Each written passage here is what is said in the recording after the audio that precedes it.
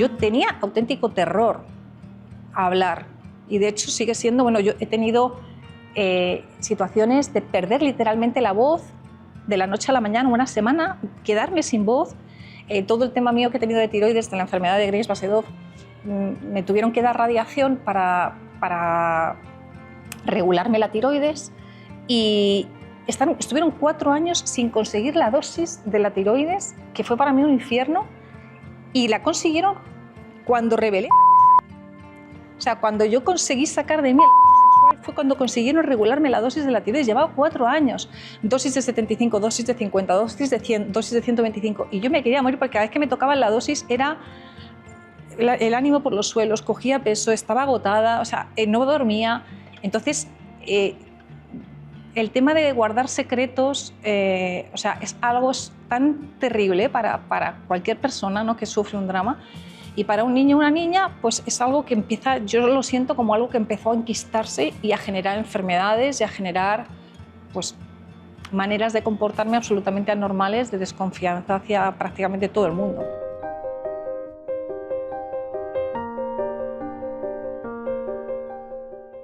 En la frontera entre el misterio y la ciencia, donde lo tangible se encuentra con lo intangible, emerge una narrativa fascinante que revela cómo cada emoción, cada momento de éxtasis, temor o desesperación se inscriben en el lienzo más íntimo y expresivo que poseemos, nuestro cuerpo. Ahora podemos explorar en profundidad nuestra existencia emocional y su manifestación física, descubriendo que el cuerpo es, de hecho, el depositario de las vivencias emocionales más profundas. Los sentimientos no solo se experimentan en el momento, sino que también se graban en nuestro físico. Ya desde niños almacenamos mucha información en nuestro cuerpo y este almacenamiento, sobre todo si es de los 0 a los 3 años, se hace en memoria preverbal, que es memoria corporal, memoria que nos cuesta traer de forma consciente a nuestra memoria cognitiva. Eso quiere decir que las primeras experiencias se van a almacenar en nuestro cuerpo fundamentalmente en forma de síntomas o sensaciones. La alegría, los traumas, cada episodio de estrés no son solo eventos pasajeros en nuestra psique, sino que dejan una huella somática, una memoria impresa en nuestra piel, en nuestro cuerpo y nuestros tejidos. La teoría de la memoria somática explica cómo experiencias emocionales intensas, especialmente aquellas no procesadas o traumáticas, pueden quedar atrapadas literalmente en diferentes partes del cuerpo, manifestándose a través del dolor crónico, sobrecargas o molestias musculares e incluso enfermedades a medio y largo plazo. ¿Dónde está el trauma? Pues esa es la gran cuestión, ¿dónde está el trauma? El trauma reside en partes del cerebro, se ha quedado en la amígdala, ha llegado de una manera especial al hipotálamo. ¿Y cómo se ha manifestado a través del cuerpo? Pues bueno, desde luego hay ya un desarrollo teórico importante. Por ejemplo, las enfermedades autoinmunes tienen que ver con un trauma, un estrés prolongado. Las enfermedades cardíacas, los ritmos cardíacos, las arritmias tienen que ver con esto. Bueno, el caso de la madre a la que literalmente se le parte el corazón, o se le revienta la válvula cuando recibe la noticia de que el hijo ha muerto en un accidente. Es un trauma puntual, pero va a deformar un cuerpo para siempre. Los músculos, la posición muscular. Imaginemos una persona que no es querida en familia, imaginemos un niño que es castigado, va a estar tenso, va a tener unas formas, va a salir chepudo. Imaginemos una persona que ha sufrido un trauma en la infancia muy fuerte, que puede ser un trauma relacionado con la castración. No sé, pues, un niño juega con niña en el sótano de una casa y es descubierto por la mamá o el papá y es castigada de un modo brutal y es culpabilizada porque piensan que ha podido ser dejada o que se ha podido quedar embarazada. Esa mujer va a tener pensamientos intrusivos o puede tenerlos durante toda su vida. Es decir, que el cuerpo, claro que somatiza y el cuerpo lleva la cuenta de lo que nos ocurre. Esto es revolucionario. ¿Por qué? Porque podemos tratar desde el cuerpo cosas que son psíquicas. No, eso de que dice Alejandro Jodorowsky, ¿no? El psicoanálisis no cura porque solamente habla, ¿no? Ahora podemos trabajar desde el cuerpo, no solo habla de la terapia EMDR, etcétera, etcétera, sino de lo que es el baile, de lo que es la gimnasia, de los gimnosofistas, cómo podemos trabajar desde el cuerpo, con masajes, con distintas técnicas, problemas psíquicos, ¿no? zonas que han quedado paralizadas del cuerpo. Y esto abre toda una línea de investigación. Evidentemente hay una relación entre cuerpo y mente, y desgraciadamente no se ha descubierto hasta hace relativamente poco, ¿no?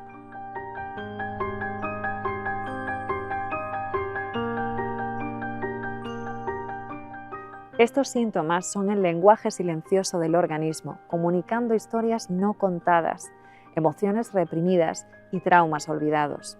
Pero los recuerdos no se alojan en el cuerpo en forma de narrativas coherentes, como lo hacen en el cerebro y en nuestra memoria, sino más bien como impresiones sensoriales y emocionales. Mira, uno de los libros que a mí más me ha ayudado a entender muchas cosas del abuso infantil es el de El cuerpo lleva la cuenta, de Bessel van der Kolk, que me lo recomendó Patricia Balseca. Y ese libro explica como ninguno yo he visto el tema de los flashbacks, ¿no? Tú careces de un orden en tu cabeza, tú careces de una continuidad para contar una historia que te ha pasado, pero cuando menos te lo esperas, sin tú buscarlo, porque no tiene nada que ver con que tú quieras recordar, es cuando menos te lo esperas, en cualquier momento puedes estar sentada esperando al autobús, puedes estar eso, ¿no? En tu cama relajada, puedes estar, no sé, sentada en un parque y de repente aparece una foto en tu cabeza con el sentimiento que iba de la mano de esa situación. Y entonces tú sientes ese momento como si lo estuvieras viviendo en ese momento, y es algo, en mi caso, muy puntual, ¿no? Y es verdad que con la terapia del EMDR yo conseguí traer más flashbacks a la memoria, pero no cuando yo los evocaba, no. Vienen cuando tú quieres y aparece de esa manera, ¿no? Siempre como una foto, a veces incluso era como una foto desde arriba, ¿no? O sea, cuando yo veía a mi padre detrás de mí en las violaciones, era desde arriba, porque yo no lo veía, él estaba detrás de mí, ¿no? Entonces es algo, la verdad, bastante peculiar. No creo que quien no ha tenido un flashback pueda saber, aunque yo intente explicarlo, ¿no? Pueda saber bien lo que es, ¿no? Hay miles de ejemplos reales de pacientes que han atravesado el viaje de reconectar con estas memorias corporales y a través de técnicas terapéuticas que van desde el psicoanálisis hasta la terapia somática y el trabajo corporal, pueden ayudar a liberar sus emociones estancadas, abriendo un proceso de sanación que no solo alivia el malestar físico, sino que también ofrece una liberación emocional y un entendimiento más profundo del propio ser.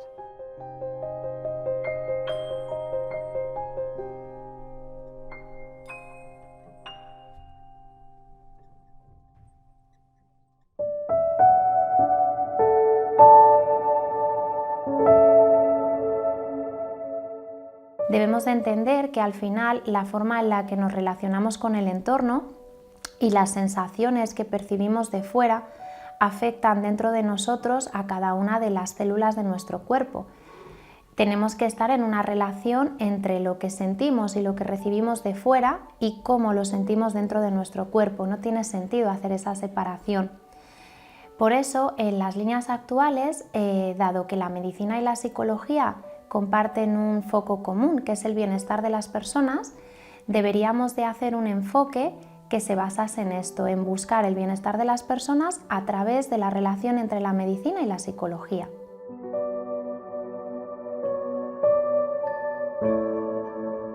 La ciencia, detrás de la conexión mente-cuerpo, se explora a través de conversaciones con neurocientíficos y expertos en psiconeuroinmunología, quienes nos demuestran cómo el estrés emocional y las experiencias traumáticas afectan a nuestro sistema inmunológico, hormonal y nervioso. Lo que viene estudiando la teoría de la psicosomática es que hay una relación que no era tan conocida entre la mente y el cuerpo. Y aquí hablamos de mente, vamos a decir, mente física, ¿no? Vamos a hablar del cerebro, vamos a dividir un poco lo que es el cerebro del resto del cuerpo, aunque hay, como sabemos, muchas partes inteligentes y neuronas en otras partes del cuerpo.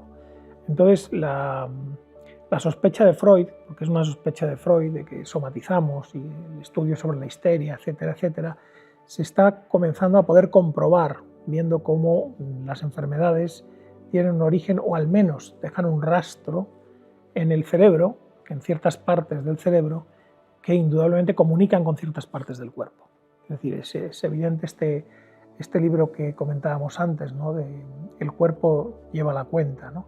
Este libro es interesantísimo porque son toda una serie de experimentos y una serie de memorias sobre cómo el cuerpo ha somatizado distintos traumas, ¿no? Esta ciencia no solo arroja luz sobre cómo nuestras experiencias emocionales se graban en el cuerpo, sino que también aborda cómo la conciencia y el trabajo con las memorias somáticas puede aportar nuevos caminos hacia un estado de salud integral. Prácticas como la meditación, el yoga y la atención plena son métodos que destacan a la hora de cultivar una conexión más profunda con nuestro cuerpo, escuchando y honrando las historias que alberga.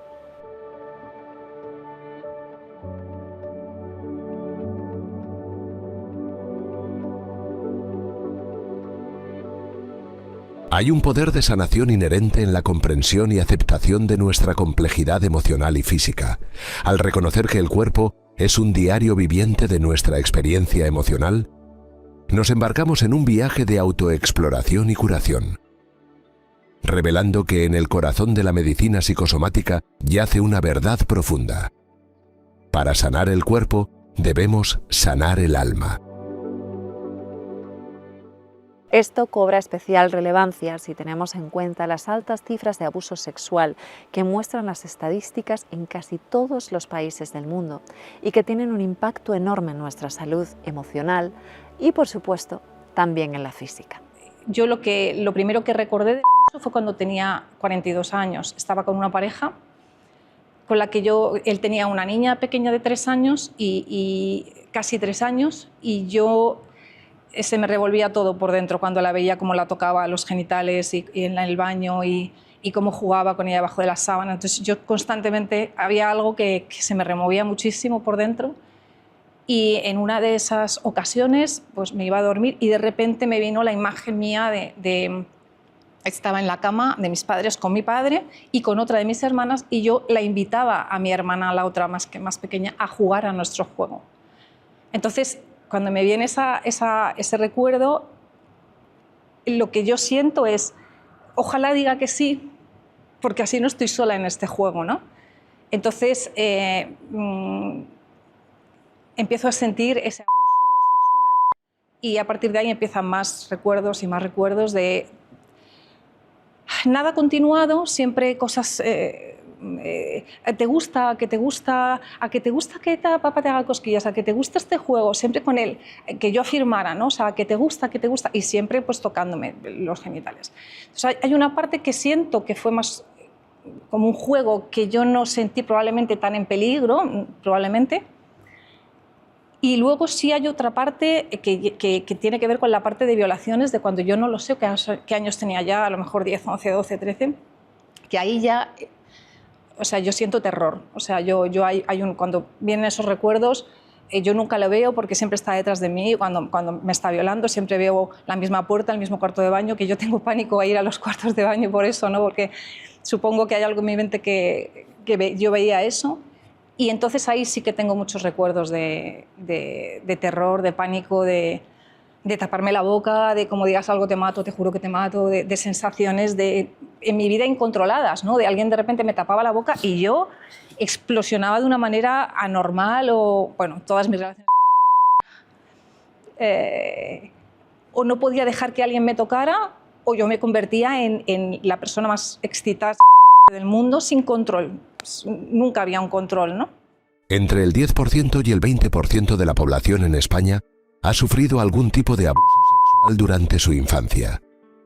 La prevalencia del abuso sexual varía según la región y la metodología del estudio, pero algunas estadísticas oficiales proporcionan una visión general similar por países. Por ejemplo, el Crime Survey for England and Wales estimó que el 7,5% de los adultos de 18 a 74 años experimentaron abuso sexual antes de los 16 años, lo que equivale a aproximadamente 3.100.000 personas. Este cómputo incluye tanto a perpetradores adultos como a niños, siendo las personas más allegadas, como amigos o familiares, los más propensos a perpetrar el abuso. En Estados Unidos, la prevalencia del abuso sexual revela cifras preocupantes. Según Rain, 1 de cada 6 mujeres estadounidenses ha sido víctima de un intento o un abuso sexual completado en su vida. A pesar de estos altos índices de incidencia, solo una fracción de los perpetradores termina en prisión.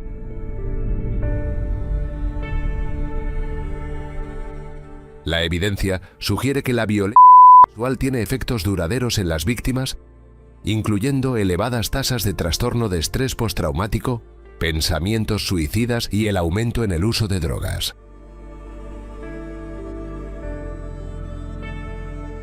Estas huellas negativas subrayan la importancia crítica de abordar y prevenir la violencia sexual y proporcionar apoyo adecuado a las víctimas.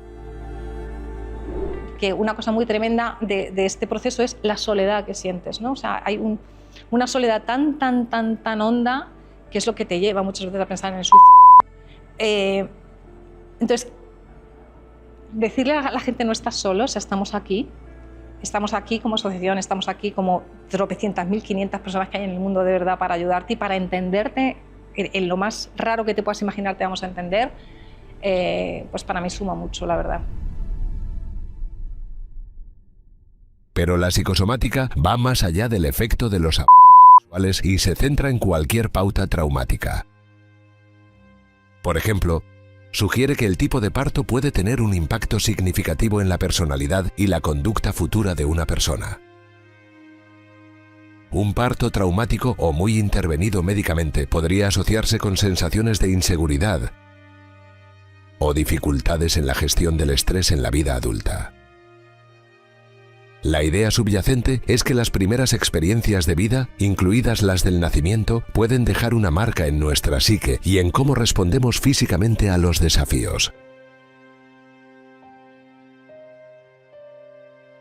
Otra fuente importante de estudio para la psicosomática es el estrés, pues se sabe que este influye de manera muy notable en la salud de las personas.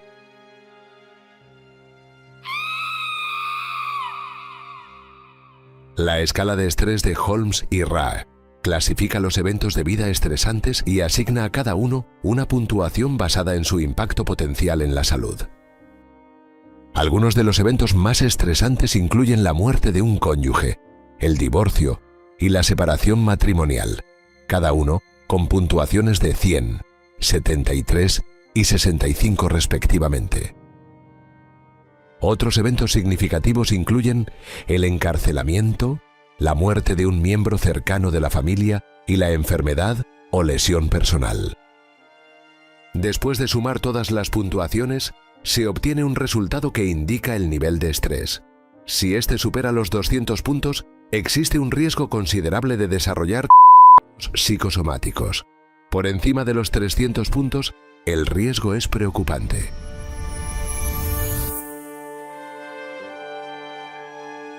La ciencia psicosomática sugiere que recibir abrazos durante la niñez puede tener un impacto significativo en el desarrollo de la personalidad del adulto. Vamos a ver, si no recibimos abrazos en la infancia, es como si no sintiéramos el tacto, y no porque seamos, como decía Freud, esa cosa tan fea de perversos polimorfos, no porque recibamos gusto y nos eroticemos cuando nos quitan un pañal. No solo es esto, es que el abrazo es como la pertenencia a un clan, es como un saludo mamífero, es el tacto. Entonces el tacto no es solo el tacto, es lo que las terminaciones nerviosas producen en nuestro imaginario. Es la sensación de protección, la sensación de pertenencia, la sensación de un modo más sutil de ser amados.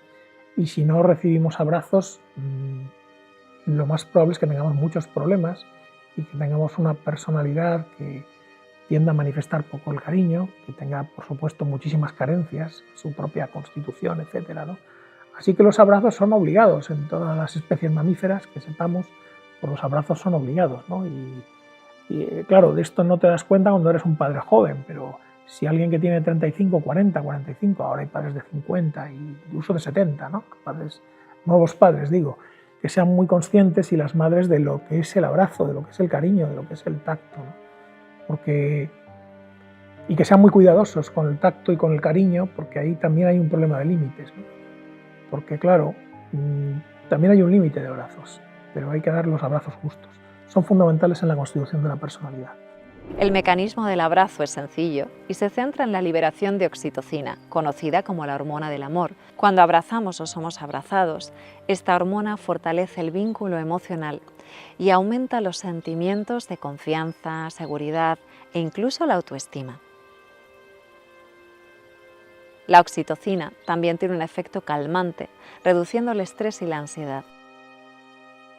A largo plazo, esto contribuye al desarrollo de una personalidad equilibrada y la capacidad de establecer relaciones interpersonales saludables en la etapa adulta.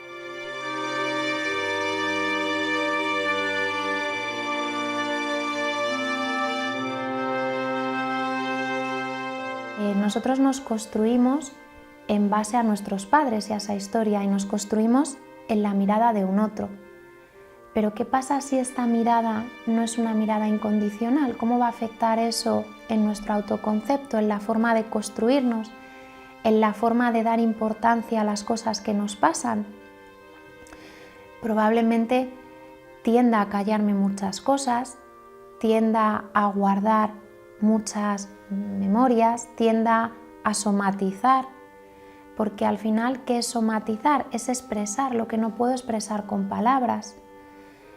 Básicamente lo que no me mata lo guardo, lo disocio, pero bueno, luego la enfermedad o esa expresión de toda esta información sí que puede llegar incluso a matarme. Qué incongruencia esta, ¿no? De cómo vamos enfermando en base a lo que vamos viendo.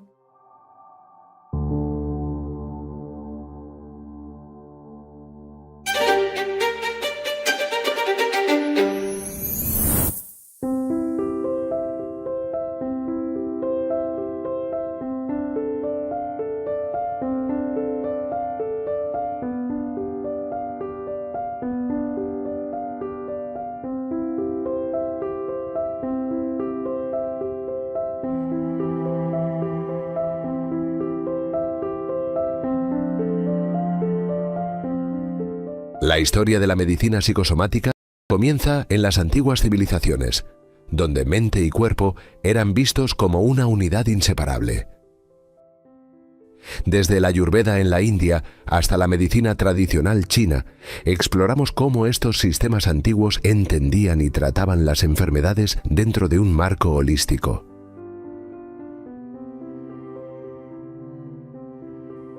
En un viaje hacia el alba de la civilización, donde los misterios del universo aún permanecían envueltos en un velo de misticismo, las antiguas culturas de Grecia, Egipto y China se embarcaron en una búsqueda trascendental para descifrar los enigmas de la salud y la enfermedad. En el corazón de estas civilizaciones, explorando sus visiones holísticas del ser humano, mente, cuerpo y espíritu, se entrelazan en un tapiz complejo y fascinante de creencias y prácticas médicas. Estas concepciones antiguas, precursoras de la moderna medicina psicosomática, nos revelan un profundo entendimiento de la conexión intrínseca entre el bienestar emocional y físico. En la antigua Grecia, el templo de Asclepio en Epidauro se erigía como un santuario de sanación, donde los sueños y el estado del alma jugaban roles fundamentales en el diagnóstico y tratamiento de enfermedades.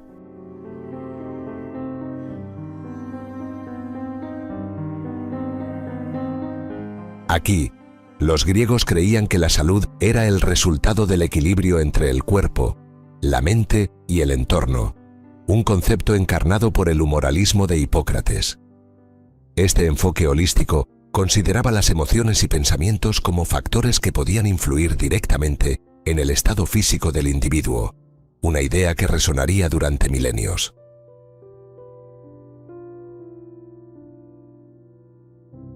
Mientras tanto, a orillas del Nilo, los antiguos egipcios veían la salud como un estado de armonía que debía ser mantenido no solo a nivel físico, sino también a través de la interacción con el mundo espiritual. Ellos practicaban una medicina en la que el corazón, considerado el asiento del alma y las emociones, desempeñaba un papel central en la salud. Los textos médicos como el papiro Evers, no solo recetaban remedios herbales y físicos, sino que prescribían rituales y hechizos para curar el espíritu, subrayando la inseparable conexión entre la psique y el soma. En el lejano oriente, la medicina tradicional china se fundamentaba en el principio del qi, la fuerza vital que fluye a través del cuerpo. Esta energía, según creían, debía mantenerse en equilibrio para asegurar la salud.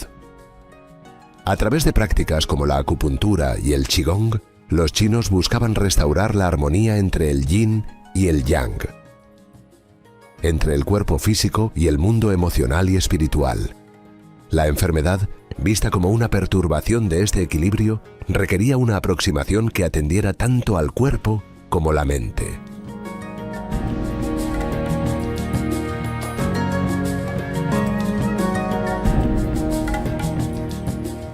Este fascinante viaje a través de las culturas antiguas desvela una verdad universal: la convicción de que la salud es un estado holístico que abarca el bienestar físico, emocional y espiritual.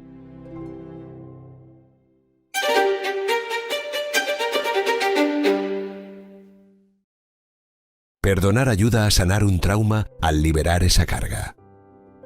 Cada persona avanza a su propio ritmo y trabajar hacia el perdón puede facilitar la liberación emocional, siempre respetando los límites de cada uno. Pues la verdad es que es muy bonito en cuanto a que uno cree que perdona desde... O sea, tú quieres perdonar, ¿no? Porque es como que parece que te han enseñado, ¿no? A que tienes que perdonar a que te hace daño y desde tu cabeza tú dices, no, yo le perdono. Pues no es verdad. O sea, tú te dices a ti mentalmente que lo perdonas, pero desde dentro tú todavía no lo has perdonado, ¿no? Entonces, lo que pasó es que él estuvo bastante enfermo en los 2 últimos años de su vida. Y yo cuando lo vi ahí en el hospital llorando, las conversaciones que tuve con él, simplemente sentí que hablé también con él, él también sufrió abuso, y entonces sentí que había hecho lo que había podido, que evidentemente nunca fue lo mejor que podía haber hecho, ¿no? Pero sentí que era alguien que no supo manejar esa sexualidad también exacerbada y esa sexualidad que se le había generado probablemente también por haber sufrido él el abuso. Entonces me empezó a despertar ahí una compasión que no fue algo que yo pensara, ¿no? Simplemente fue naciendo, ¿no? En esa etapa, en esos 2 últimos años, yo creo que se juntó el verlo enfermo y el verlo como bastante desvalido, ¿no? Con el sentir que él también había sufrido probablemente mucho del caos que había sufrido yo también por dentro, ¿no? Y simplemente cuando se murió de COVID, fue de las primeras personas que se murió, pues me dio un alivio y una alegría tremenda a los 4 días, cuando se había muerto, sentir que yo le estaba queriendo, ¿no? O sea, que me alegraba sentir que le quería, ¿no? O sea, realmente para mí fue como un regalo, sí, lo sentí como un regalo, porque sentí que de verdad le había perdonado desde el corazón, ¿no? Y no desde, le tengo que perdonar porque, no, simplemente me había nacido eso, ¿no? Sentir que por fin quería a mi padre, que nunca pensé que pudiera ser capaz de quererle, ¿no? Sí.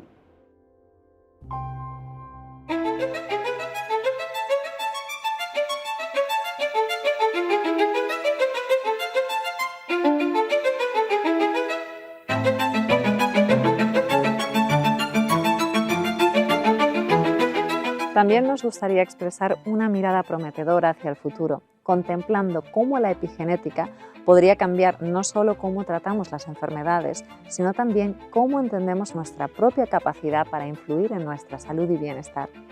Al destacar la línea de investigación en curso y los posibles avances en el horizonte, te invitamos a imaginar un mundo donde el tratamiento médico es tan único como el propio genoma de cada individuo, y donde el potencial para la sanación y la salud óptima residen no solo en tus genes, sino en la forma en la que vives tu vida.